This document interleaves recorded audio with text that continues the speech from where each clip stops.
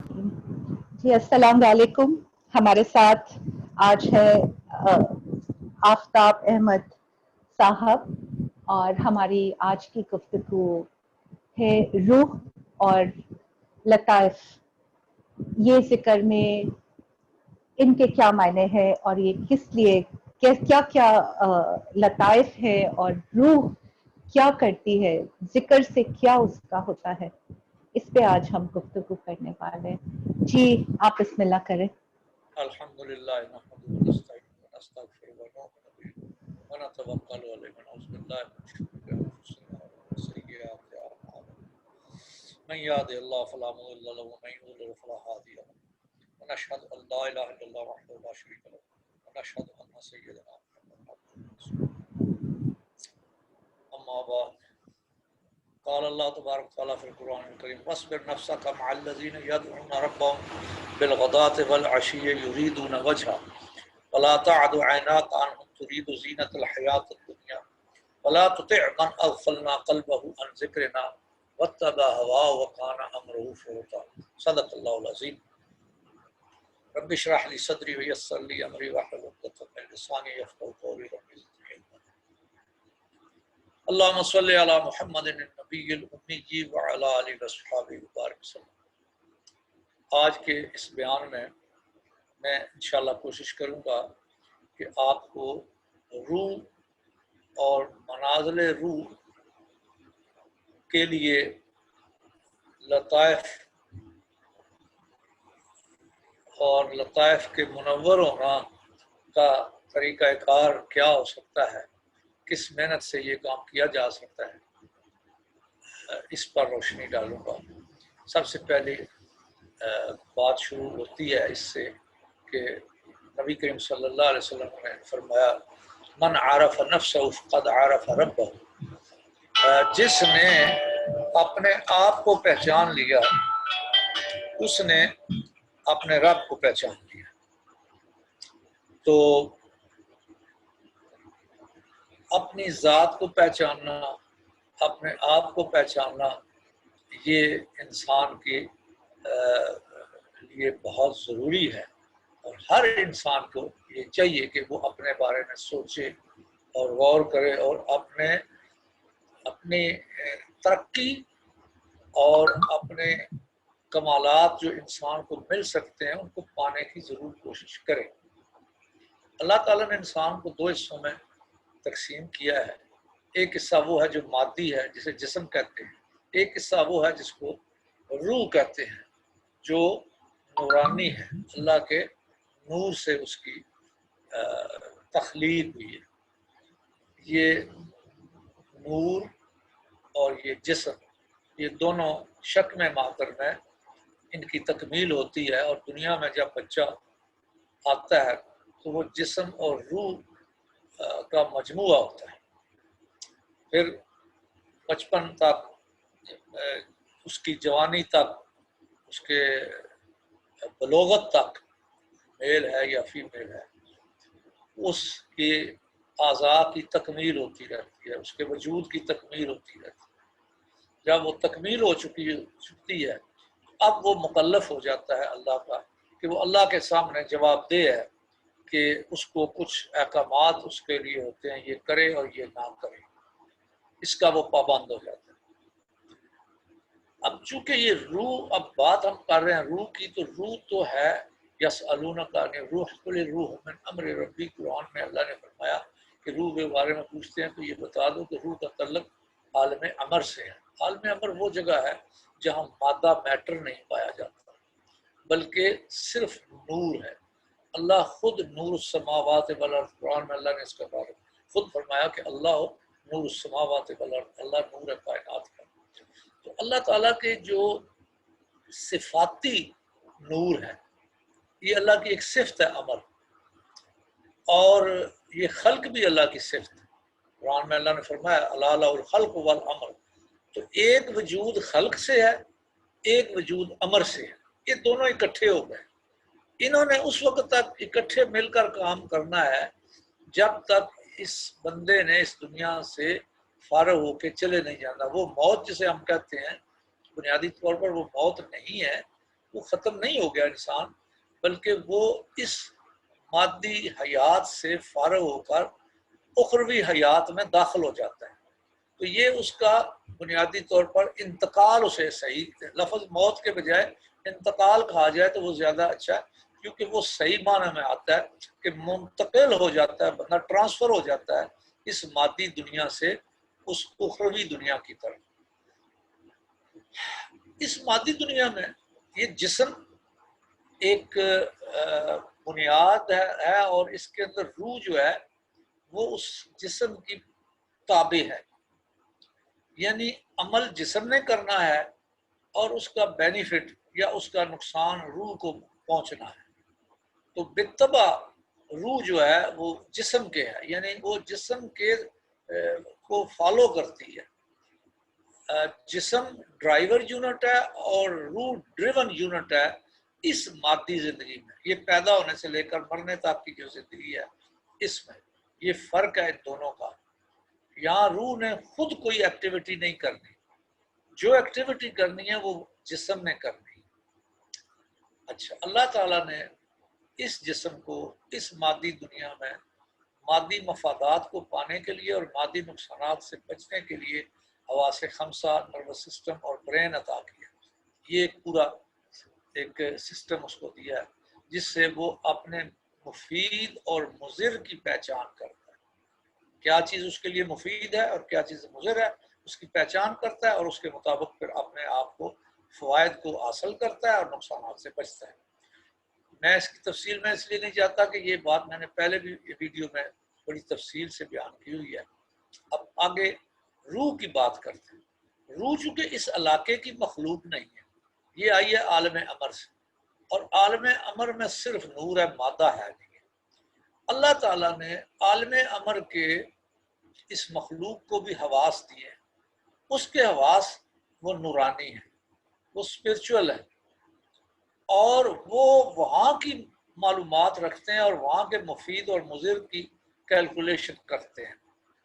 تو اگر روح کے جس طرح جسم کے حواس اور دماغ اور نروس سسٹم درست ہو تو یہ اس کے فیصلے مفید اور مضر کے جلدی اور صحیح ہو جاتے ہیں، اسی طرح اگر روح کے نورانی حواس وہ درست ہوں تو یہ اخروی فوائد اور نقصانات کو اس دنیا میں بیٹھ کر اسی دنیا میں رہتے ہوئے اس کی فیلنگز یہاں وہ آج خود بتا سکتا ہے، جسم کو وہ بتاتا ہے، اس کو انفارمیشن دیتا ہے، بالکل اس طرح جس طرح دماغ جو ہے مفید اور مضر کی کیلکولیشن کر کے اندر ہی اندر اپنے نروس سسٹم کے ذریعے جسم کو اس کی انفارمیشن دیتا ہے۔ میں نے ایک مثال اس کی دیتا ہوں کہ اگر سانپ سامنے آ جائے، آنکھ اس کو سانپ کو دیکھتی ہے، نروس سسٹم کے ذریعے دماغ کو اس کی خبر بھیجتی ہے، فوٹو بھیجتی ہے۔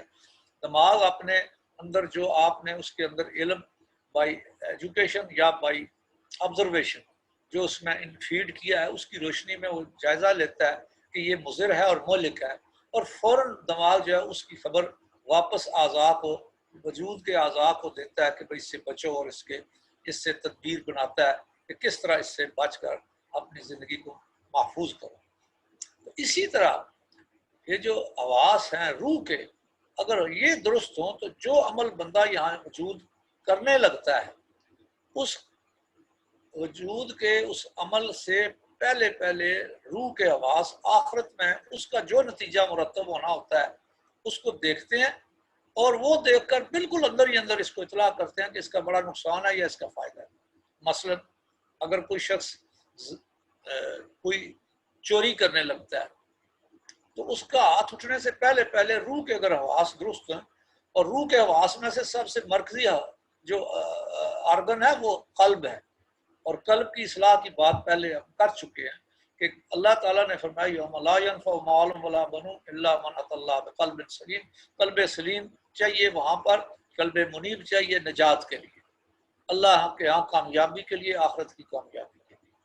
اب جب وہ آخرت کی کامیابی کے لیے یہ اس کا قلب سلیم درست ہوتا ہے تو وہاں اس سے دیکھتا ہے کہ یہ چوری کا نقصان وہاں یہ ہوگا کہ آپ کی چیز بھی برآمد ہو جائے گی، اور اتنی ساری مخلوق کے سامنے آپ کو خوار بھی ہونا پڑے گا، اور جو چیز چوری کی تھی اس کے بدلے میں آپ کو نیکیاں پے کرنی ہوگی۔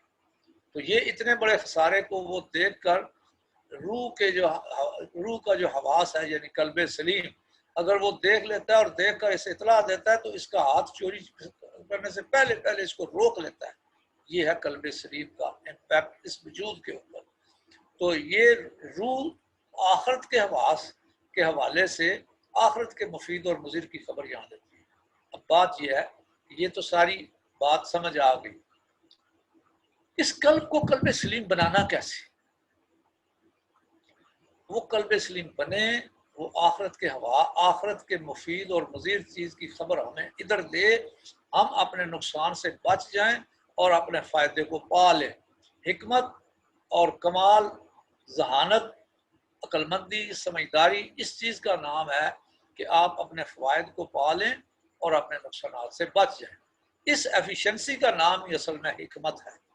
تو ہر بندہ چاہتا ہے کہ میں صاحب حکمت بنوں۔ کون ہے جو چاہتا ہے کہ میرے اندر حکمت نہ ہو اور میں فوائد کو نہ پاؤں اور نقصانات ہی میں جاتا رہوں؟ ہر بندے کی خواہش ہے کہ میں اپنے فوائد کو پاؤں اور نقصانات سے بچوں۔ آخرت کے فوائد اور نقصانات کو جو ڈیل کرتا ہے، جو میجر ہے، جس طرح مادی فوائد اور نقصانات کو ڈیل دماغ کرتا ہے، اس طرح آخرت کے فوائد اور نقصانات کو روح کا جو مرکزی آرگن ہے، نروس سسٹم یا اس کا جو وہ اسپرچل سسٹم ہے، اس کا ہیڈ ہے قلب۔ وہ قلب آخرت کے مفید اور مضر کی خبر ہمیں یہاں دیتا ہے اور ہمیں یہاں سے بچا کر لے جا سکتا ہے وہاں پر کامیابی کے دروازے تک۔ یہی ہمیں ضرورت ہے۔ اب اس قلب کو قلب سلیم بنانے کے لیے قرآن میں ہی موجود ہے۔ الذین آمنوا تطمئن قلوبہم بذکر اللہ، ایمان والے وہ ہیں جن کا جو اللہ کے ذکر سے جن کے دل جو ہے وہ اطمینان پکڑتے ہیں۔ الا بذکر اللہ تطمئن القلوب، خوب جان لو کہ دلوں اللہ کا ذکر ہی سے دلوں کو راحت پہنچتی ہے۔ اور اسی طرح اللہ تعالیٰ نے بیماری کا تذکرہ کیا، قلب بیمار ہو جائے تو اس کا کیا مسئلہ، کیا نقصان ہوتا ہے۔ فرمایا فَإِنَّهَا لَا تَعْمَى الْأَبْصَارُ وَلَكِنْ تَعْمَى الْقُلُوبُ الَّتِي فِي الصُّدُورِ۔ فرمایا یہ جو لوگ خسارے میں جا رہے ہیں، جو اپنا نقصان کر رہے ہیں، جو اپنے آپ کو برباد کر رہے ہیں، اس کی وجہ یہ ہے کہ ان کی آنکھیں اندھی نہیں ہو جاتی، ان کے دل اندھے ہو جاتے ہیں، جو سینوں میں صدور، صدر، چیسٹ کو کہتے ہیں صدیق، یہ دل۔ اور آپ صلی اللہ علیہ وسلم نے جس طرح تقوی کے بارے میں فرمایا تقوی ہاؤنا اور اشارہ کیا اپنے قلب کی طرف، چھاتی میں، یہ دل والی جگہ پر اپنے شہادت کی انگشت سے آپ نے اشارہ کر کے 3 دفعہ فرمایا کہ تقوی کا محل یہ ہے۔ اور تقوی کی وجہ سے اللہ کا قرب بھی ملتا ہے۔ ان اکرمکم عند اللہ اتقاکم، تم میں سے اللہ کا قرب وہ پا سکتا ہے جو سب سے زیادہ متقی ہو۔ تو تقوی کا محل بھی قلب ہے، اور اللہ نے فرمایا دل نہیں، آنکھیں اندھی نہیں ہوتی، دل اندھے ہو جاتے۔ تو جب یہ دل اندھے ہو جاتے ہیں، یہ قرآن نے کہا ہے، تو اس کا مطلب ہے یہ دیکھنے کی صلاحیت رکھتے ہیں جو یا رکھنے کی کیپیبلٹی ان کے اندر ہوتی ہے، اگر وہ ضائع کر دیں تو اندھا ہوتا ہے۔ کسی جانور کو بھی جو بیسیکلی دیکھنے کی صلاحیت رکھتا ہو، تو وہ اگر ضائع کر دے، اس کی صلاحیت دیکھنے کی ختم ہو جائے، تو ہم اس کو کہتے ہیں یہ اندھا ہے بیچارہ۔ تو یاد رکھیں اندھا وہی ہوتا ہے جو دیکھ بھی سکتا ہے، جو دیکھ ہی نہیں سکتا اس کو اندھا کون کہے گا؟ دیوار کو کبھی کسی نے اندھا کہا ہے؟ کیونکہ اس کے اندر دیکھنے کی صلاحیت ہی نہیں۔ یا اور کسی چیز کو، کسی میز کرسی کو کسی نے کہا کہ یہ اندھی ہے، یہ کرسی، یہ میز اندھا ہے؟ نہیں کہتے، اس لیے کہ اس میں بیسیکلی دیکھنے کی صلاحیت نہیں۔ تو اس کا مطلب ہے، یہ تو قرآن نے بتایا کہ دل دیکھ سکتے ہیں، اس کو کوئی چیلنج نہیں کر سکتا، لیکن یہ کیسے دیکھتے ہیں، یہ کس طرح وہ اللہ تعالیٰ کی اس رحمت اور سکینہ، وہ انزل السکینۃ فی قلوب المؤمنین، جب وہ سکینہ مومن کے قلب میں داخل ہوتا ہے، جو قرآن نے کہا ہے، جو اللہ نے بیان کیا، تو وہ مومن کا قلب پھر کیسا ہو جاتا ہے، کس طرح اس کے اندر وہ صلاحیتیں پیدا ہو جاتی ہیں، کس طرح وہ مفید اور مضر کی پہچان کرتا ہے، کس طرح وہ اللہ کی اس رحمت کا مشاہدہ کرتا ہے۔ یہ سارا کچھ تب ہوتا ہے کہ جب ہم انما المؤمنون الذین اذا ذکر اللہ وجلت قلوبہم، اللہ فرماتا ہے مومن وہ ہیں جب وہ اللہ کا ذکر کرتے ہیں تو ان کے دلوں میں جلا پیدا ہو جائے۔ تو بھائی وہ ذکر جس سے دلوں میں جلا پیدا ہو جائے اسے ذکر قلبی بھی کہتے ہیں۔ اس ذکر کو جس کا میں بیان بھی کروں گا اسے ذکر خفی بھی کہتے ہیں۔ ذکر قلبی کا بھی قرآن میں حکم ہے، ذکر خفی کا بھی قرآن میں حکم موجود ہے۔ اس کو آف کر دیں گے، اگر اذان ہو جائے تو پھر چلیں گے۔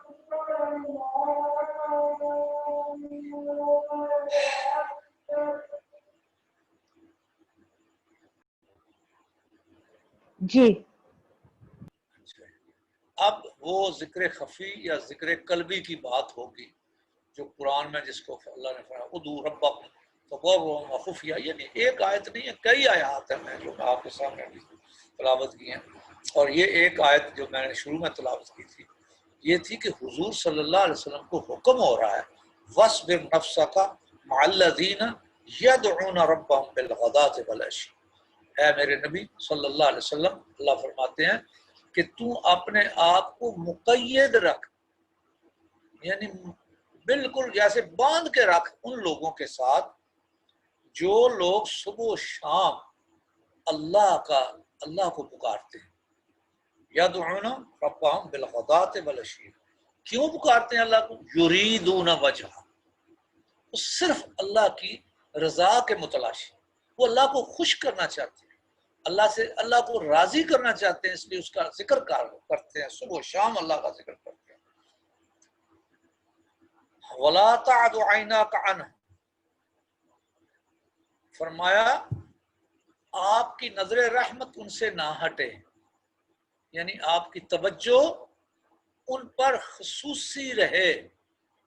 وَلَا تَعْدُ عَيْنَاكَ عَنْهُمْ، آپ کی نظر رحمت ان سے نہ ہٹے، تُرِيدُ زِينَةَ الْحَيَاةِ الدُّنْيَا، یعنی اگر آپ کی نظر رحمت ان سے ہٹتی ہے تو اس کا مطلب یہ ہے کہ آپ زینت الحیات الدنیا، اس دنیا کی زندگی کی زینت کی طرف آپ بھی گویا متوجہ ہو گئے، حالانکہ ایسا کبھی نہیں ہوتا، نبی کبھی دنیاوی زندگی طرف متوجہ نہیں ہوتا، یہ اس میں مبالغہ پیدا کرنے کے لیے اللہ پاک نے اس کو اور ویٹیج دینے کے لیے یہ اللہ پاک نے فرمایا حضور صلی اللہ علیہ وسلم کو کہ آپ ترید زینت الحیات الدنیا، پھر آگے فرمایا ولا تطع، اس کو اور ریپیٹ کیا اور اس میں وزن ڈالا اس بات، ولا تطع من اغفلنا قلبہ عن ذکرنا، آپ اس شخص کی بات نہ سنیں، اس کی طرف توجہ نہ دیں، اس کی کسی بات کا کوئی آپ کو سوچنے کی بھی ضرورت نہیں، اس کا دھیان دینے کی ضرورت نہیں۔ من اغفلنا قلبہ عن ذکرنا، جس کے دل کو میں نے اپنی یاد سے غافل کر دیا ہے۔ تو یاد رکھیں یہ دل ذاکر بھی ہوتا ہے اور یہ غافل بھی ہوتا ہے، اور جب دل غافل ہوتا ہے تو کیا ہوتا ہے؟ وَاتَّبِعْ هَوَاهُ، پھر وہ اپنی مرضی پر چلتا ہے، وہ اس انسان کا جو بیہیویئر ہوتا ہے، جو اس کا عمل ہوتا ہے، وہ اللہ کی اطاعت نہیں ہوتی بلکہ اپنی خواہشات کے پیچھے چلتا ہے، اور خواہشات اور شیطان جو اس میں اس کو القاء کرتا ہے وہ اس کے پیچھے چل رہا ہوتا ہے، وہ اس کی اتباع کرتا ہے، اللہ اور اللہ کے رسول کی اتباع کی اسے فکر نہیں ہوتی۔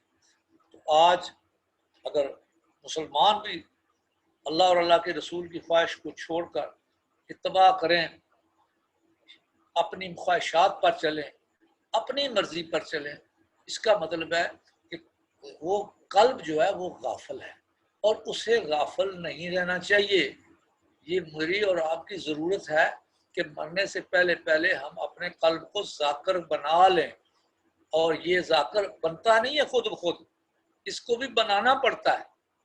اس لیے فرمایا کہ یہ اس لیے کہا تھا کہ ادعوا ربکم تضرعا وخفیا، اس لیے کہا کہ صبح شام ذکر کرو، بالغداۃ والعشی، صبح شام اللہ کو یاد کرو، کثرت سے اللہ کا ذکر کرو، اور کھلے چھپے اللہ کا ذکر کرو۔ تو فرمایا کہ فاتبع ہواہ وکان امرہ فرطا، ایک اور نشانی اس غافل قلب والے کی یہ ہے کہ اس کا ہر کام اپنی لمٹ سے کراس کیا ہوا ہوتا ہے، وہ اپنی حدود اور قیود کو چھوڑ دیتا ہے، وہ جہاں اس کو رکنا چاہیے وہاں وہ رکتا نہیں ہے، جہاں اسے چلنا چاہیے وہاں چلتا نہیں ہے۔ تو گویا اس کا جو ہر کام ہے وہی بنیادی طور پر اس حکمت سے خالی ہو جاتا ہے، اور وہ حکیمانہ انداز اس میں رہتا ہی نہیں، عمل صالح اس کے اندر اعمال صالحہ کا فقدان ہو جاتا ہے اس بندے کے کردار میں، اور وہ غلطی کی طرف مائل ہوتا چلا جاتا ہے۔ اب اس قلب کو قلب صالح یا قلب ذاکر بنانے کے لیے اس کو، چونکہ مسئلہ ہماری زبان کا نہیں ہے، اگر زبان نہیں تو اس کو تو ذکر لسانی آپ کرا دیں، زبانی اذکار پڑھا دیں، لا الہ الا اللہ، استغفار، درود شریف، یہ زبان کو، لیکن مسئلہ یہ ہے کہ ہم تو نماز جو لسانی ذکر اور اپنے جسمانی ذکر کا مجموعہ ہے، اس میں بھی ہمارا قلب اللہ کی طرف حاضر نہیں ہوتا، اس میں بھی ہمارا قلب بھاگ جاتا ہے، آگے پیچھے دھیان چلا جاتا ہے، سجدے میں بھی اللہ کا دھیان نہیں ہوتا۔ تو اس کا کیا علاج کیا جائے؟ اس کا علاج یہ ہے قلب کو ہی ذکر کروایا جائے، قلب ہی کو ذاکر بنایا جائے، قلب کی حضوری ہی جو ہے نا وہ رکھی جائے، ذکر ہی ایسا کیا جائے کہ جس میں قلب ہی حاضر ہو، اسی کو آگے لگایا جائے۔ اس کو قلبی ذکر کہتے ہیں اور اس کو خفی ذکر بھی کہتے ہیں، اس لیے کہ دل ہی دل میں جب اللہ کا ذکر کرتے ہیں تو وہ خفی بھی ہو گیا، تو آپ کو پتہ ہے یا رب کو پتہ ہے۔ یہ ایمن کرامن کاتبین بھی اس کو نہیں لکھ پاتے۔ ایک فضائل ذکر میں کہ حدیث میں ایک میں آتا ہے کہ اللہ تبارک و تعالیٰ اس ذکر کو، وہ ذکر جس کو فرشتے بھی نہ لکھ سکیں، اس ذکر پر جو فرشتے لکھتے ہیں، جیسے لسانی ذکر جو ہم پڑھتے ہیں، وہ ما یلفظ من قول الا لدیہ رقیب عتید، فرمایا ایک لفظ بھی تمہارے منہ سے نہیں نکلتا مگر اس کے لیے یہ رقیب عتید موجود ہیں جو لکھ لیتے ہیں۔ تو جو لفظ جو آپ نے دل ہی دل میں اللہ کو یاد کیا ہے، اس کا گواہ سوائے اللہ کے کوئی نہیں ہوتا۔ اور یاد رکھیں وہ نیکی سب سے اعلیٰ نیکی ہے جس کا گواہ سوائے اللہ کے کوئی نہ، وہ ریا سے پاک ہوتی ہے، اس میں تکبر نہیں ہوتا، اس میں تزلزل خود آ جاتا ہے۔ اور اللہ کا حکم ہے کہ اپنے رب کو بلاؤ، اس طرح پکارو تزلزل کے ساتھ، اپنے آپ کو کمزور جانتے ہوئے، اپنے آپ کو ضرورت مند جانتے ہوئے۔ تو یہ اللہ کا ذکر کرنا قلب سے یہ کئی گنا 70 مرتبہ افضل ہے اس سے جو لسانی اذکار ہے اس سے بھی۔ تو اس کا طریقہ، اس کو پاس انفاس بھی کہتے ہیں، اس طریقہ ذکر کو پاس انفاس بھی کہتے ہیں، کیونکہ اس میں سانس کا بھی دھیان رکھا جاتا ہے کہ کوئی سانس اللہ کے نام کے بغیر نہ آئے نہ جائے، تو اس کو پاس انفاس اس لیے کہتے ہیں۔ خفی اس لیے کہتے ہیں کہ دل ہی دل میں کرنا ہے، قلبی اس لیے کہتے ہیں کہ قلب کو حاضر حضوری اس میں قلب کی رہتی ہے، قلب ہی کو ہم نے ذکر پہ لگایا ہوتا ہے، تو اسے ذکر خفی بھی کہتے ہیں، ذکر قلبی بھی کہتے ہیں، ذکر پاس انفاس بھی نام سے پکارتے ہیں۔ نام کچھ بھی ہو، اصل غرض و غائب دل کو بیدار کرنا ہے۔ تو طریقہ یہ ہوگا کہ سانس لیتے ہوئے ناک سے سانس لیں، آنکھیں بند کر لیں، لائٹ آف کر دیں۔ یہ کیوں؟ تاکہ آپ کی توجہ ادھر ادھر، یہ آپ کا جو مادی وجود ہے اس کو خاموش کریں، اس کی ایکٹیویٹی کو بند کرنے کے لیے آنکھیں بند کی۔ جیسے سورہ مزمل میں اللہ نے فرمایا اس کا کہ وَاذْكُرْ اسْمَ رَبِّكَ وَتَبَتَّلْ إِلَيْهِ تَبْتِيلًا، ذکر کیا کر اپنے رب کے نام کا، وَتَبَتَّلْ إِلَيْهِ تَبْتِيلًا، ہر طرف سے اپنا ہٹا کے، اپنے آپ کو قطع کر کے، ہر طرف سے اپنے آپ کو ہٹا کر، اپنے آپ کو ہٹا کر سے مراد یہ دنیا کو چھوڑ کر نہیں ہے، بلکہ جتنی دیر آپ اللہ کا ذکر کرنے کے لیے بیٹھیں، آپ اپنے ساتھ یہ طے کر لیں کہ اتنی دیر کے لیے، 5 منٹ کے لیے، 10 منٹ کے لیے، آپ یہ فیصلہ کر لیں کہ یہ وقت میں نے مختص کیا صرف اپنے اللہ کو یاد کرنے کے، اور جب میں نے صرف اللہ کو یاد کرنا ہے تو اس میں نے کوشش کرنا ہے کہ اپنے مادی وجود اور مادی مسائل کو میں نے نہیں لینا ہے، یہ وقت ان سے چھوڑ کر۔ جب اس کی طرف جو جاتے ہیں تو ہم اللہ کو بھول جاتے ہیں، تو جب اللہ کی ذکر کرنا ہے تو پھر اس میں یہ مادی وسائل اور مادی مسائل کو کیوں لینا ہے، اس کو ایک طرف کریں۔ تو یہ قطع تعلق کرنا، اس مطلب یہ ہے کہ تھوڑی دیر کے لیے دھیان کو ہٹانا، اسی لیے آنکھ کھلی ہوگی دھیان پھر جائے گا، آنکھ بند کر لیتے ہیں، لائٹ آف کر لیتے ہیں تاکہ وہ کنسنٹریشن آپ کو مل سکے، کیونکہ بنیادی طور پر قلب کی حضوری مقصود اور مطلوب ہے۔ یہ جب قلب کی حضوری آ جاتی ہے تو پھر نماز بن جاتی ہے، پھر ہر کام میں ریا چلی جاتی ہے، ہر کام میں للہیت آ جاتی ہے۔ قلب منیب اور قلب سلیم کے ساتھ جب آپ عبادت کرتے ہیں تو وہ افضل عبادت ہوتی ہے، وہ اللہ کو زیادہ پسند ہے اس میں، اور قلب وہ جس میں قلب حاضر نہ ہو اس عبادت کی نسبت وہ بہت اعلیٰ ہے۔ اور جب عبادت کرنی ہے تو پھر اعلیٰ درجات کی کیوں نہ عبادت کی جائے، کیوں نہ اللہ کے تو اس میں راضی بھی ہو، اللہ خوش بھی ہو، اور اللہ کی نیرنیس اس کو فیل بھی ہو۔ تو سانس لیتے ہوئے اللہ خیال کریں دل سے لفظ اللہ ادا ہو رہا ہے. سانس جب خارج ہو تو خیال کریں کہ ہو کی ضرب ہے، ایک چوٹ ہے جو میرے دل پہ لگ رہی ہے. یہ دیکھیں ساتھ جسم بالکل ڈھیلا رکھ کے ساتھ ایسے انہیل کریں، جب تو ایسے سار کو پیچھے لے جائیں اللہ، اور جب سانس خارج ہو تو سار کو آگے لے جا کے جیسے سکویز کرتے ہیں پھیپھڑے، تو ہو کی ایسے خیال سے جیسے میرے قلب کے اوپر چوٹ لگ رہی ہے. سانس لیتے ہوئے اللہ، خارج ہوتے ہوئے تیزی سے سانس لیں. ہر سانس لیتے ہوئے یہ جو ایک ردم بن جاتا ہے، اس میں یہ خیال کریں، خیال کو جوڑ لیں اس کے ساتھ کہ سانس لیتے ہوئے اللہ ہو رہا ہے، خارج ہوتے ہوئے ہو رہا ہے، اور اس پہ قلب پر اللہ ہو کی ضرب لگ رہی ہے. تو یہ جب اللہ کے پاک نام کی اس پہ ضربیں لگیں گی، تو جب اللہ نے فرمایا فاذکرونی اذکرکم، تم مجھے یاد کرو میں تمہیں یاد کروں گا، تو وہ عمل اس کے جواب میں وہ ہوگا جو انزل السکینۃ فی قلوب المؤمنین، وہ اللہ کی طرف سے رحمت اور اس قلب پہ نازل ہوگی. یہ قلب روشن ہو جائے گا. اللہ نے چاہا تو بعض قلوب اتنے اچھے ان کی تخلیق اللہ نے ایسے کی ہوتی ہے کہ ان کو فوراً جب وہ انوارات آتے ہیں تو ان کو روشنی بھی نظر آنا شروع ہو جاتی ہے. انہیں بہت ساری وہ مشاہدے شروع ہو جاتے ہیں جو صوفیاء کے کتابوں میں بھی ملتے ہیں.